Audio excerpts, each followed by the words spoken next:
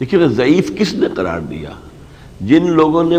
پوری زندگیاں کھپائیں اور حدیثیں جمع کی، ان کی جرح کی، ان کی تعدیل کی، انہوں نے کہا نا یہ ضعیف ہے، ورنہ میرے پاس تو کوئی ذریعہ نہیں تھا، نہ حضور نے خود یہ بتایا کہ میری یہ حدیث ضعیف ہے۔ یہ تو محدثین کرام نے جس قدر محنت ہوئی ہے تاریخ انسانی میں حضور کے حالات، آپ کے اقوال جمع کرنے کی، کوئی پیرلل نہیں ہے اس کا پوری دنیا میں۔ لاکھوں افراد کے حال کی تحقیقات کی گئی،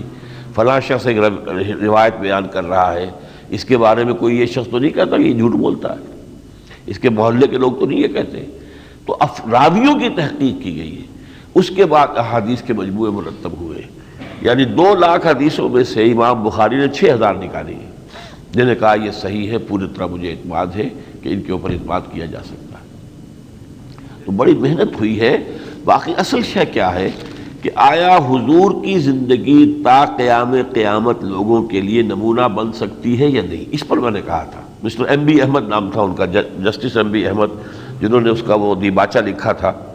کہ کیسے ممکن ہے کہ ایک شخص کی زندگی جو ہے وہ ہمیشہ کے آنے والے لوگوں کے لیے نمونہ بن سکے۔ تو یہ بہت غلط تصور ہے، حضور کی زندگی نمونہ ہے اور پوری نوع انسانی کے لیے تا قیام قیامت۔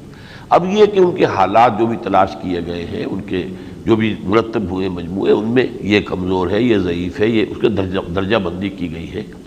اب آپ یہ دیکھیے کہ 1400 برس بیت گئے، پورے قرآن میں کہیں نماز کا نظام نہیں ہے، کہیں ہے کہ ظہر کی اتنی رکعتیں ہیں، عصر کی اتنی ہے، مغرب کی اتنی نہیں۔ یہ کہاں سے آئی ہے؟ حضور کی سنت ہے، اور اتنا ہی اس پر اجماع ہے پوری امت کا کہ آپ موریتانیہ سے لے کر اور چلے جائیں انڈونیشیا کے آخری جزیرے تک، کسی کو اختلاف نہیں۔ اگر اختلاف ہے تھوڑا سا یہ ہے کہ ہاتھ اونچے کرنے، 1 دفعہ کرنے ہیں، 2-3 دفعہ کرنے ہیں، ہاتھ یہاں باندھنا ہے یا یہاں لیکن 95% of namaz is agreed upon by all the Muslims over the whole of the world۔ یہ معجزہ ہے۔ جیسے قرآن کا محفوظ رہنا معجزہ ہے، ایسے ہی سنت رسول کا محفوظ رہنا بھی معجزہ ہے، اور وہ اس لیے ضروری تھا کہ اب حضور کے بعد تو کوئی نبی آنے والا نہیں۔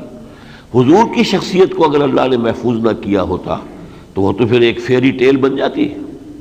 آپ تو چونکہ ہدایت ہے پوری نوع انسانی کے لیے تا قیام قیامت، تو ایک حفاظت قرآن کی ہوئی ہے، وہ ایک اور طریقے سے ہوئی ہے، ایک حفاظت حدیث کی بھی ہوئی ہے۔ جی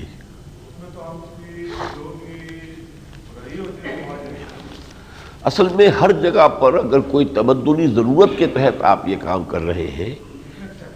ہاں ایکسیپشن ہے۔ یہی ایکسیپشن ہے کہ جو محدثین نے استعمال کیا ہے، حالانکہ لوگوں نے اعتراض کیا کہ آپ لوگوں کے راویوں کے حالات کی آگے چھان بین کرتے ہیں، حالانکہ قرآن تو کہتا ہے لا تجسسوا، تجسس نہ کرو، لیکن حضور کے بارے میں کسی کا کچھ کہنا کہ حضور نے یہ فرمایا ہے، حضور یہ کرتے تھے، اس کی اتنی اہمیت تھی کہ اس کے لیے یہ کام کرنا ضروری تھا کہ ان کے حالات کی خود ان کی چھان بین کی جائے، ان کا کریکٹر کیسا تھا، وہ شخص سچا تھا کہ جھوٹا تھا، کیا تھا، وہ کیا ہے لوگوں نے۔ تو where there is a necessity, social necessity, religious necessity، وہاں کریں گے آپ۔ عام یہ ہے کہ آپ نے کسی بھائی کا کوئی عیب دیکھا ہے، آپ دیکھا اندیکھا کر دیں، اس پر پردہ ڈالیں تاکہ اللہ تعالیٰ آپ کی کسی برائی کے اوپر پردہ ڈالے۔ وہ آتا ہے حدیث میں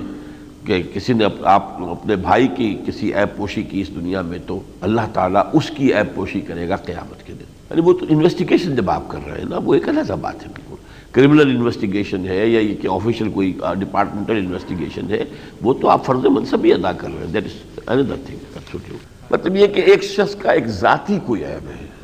اس کا کوئی جو ہے وہ معاشرے کے اوپر اس کا نہیں اثر پڑ رہا ہے، کوئی آپ کے علم میں آگے، چونکہ اللہ تعالیٰ اس کو توفیق دے کہ وہ اس کی اصلاح ہی کر لے، بجائے اس کے کہ اس کا اگر چرچا ہو گیا، پردہ چاک ہو گیا تو اور ایک ضد پیدا ہو جاتی ہے آپ کے اندر۔ لیکن ایک وہ ہے کہ جو لوگ خاص طور پر اب اسی میں جیسے غیبت کی بات ہے کہ لیڈرز کی غیبت آپ کر سکتے ہیں، جو لوگ رہنمائی کے منصب پر فائز ہیں ان کی باتیں جو ہے، اس لیے کہ وہ تو چونکہ پوری قوم کی یا ملک کی مفادات ان کے ہاتھ میں ہیں، ان کے غلط کام جو ہیں وہ پوری قوم کے لیے نقصان دہ ہوں گے، تو اس طریقے سے غیبت میں اور ان تمام چیزوں میں یہ استثناءات قائم کی گئی۔ عام یہ ہے، عام روش کہ آپ اس کو بجائے اس کے کہ دیکھا کسی کا عیب فوراً چرچا کر دیا اس کا، نو۔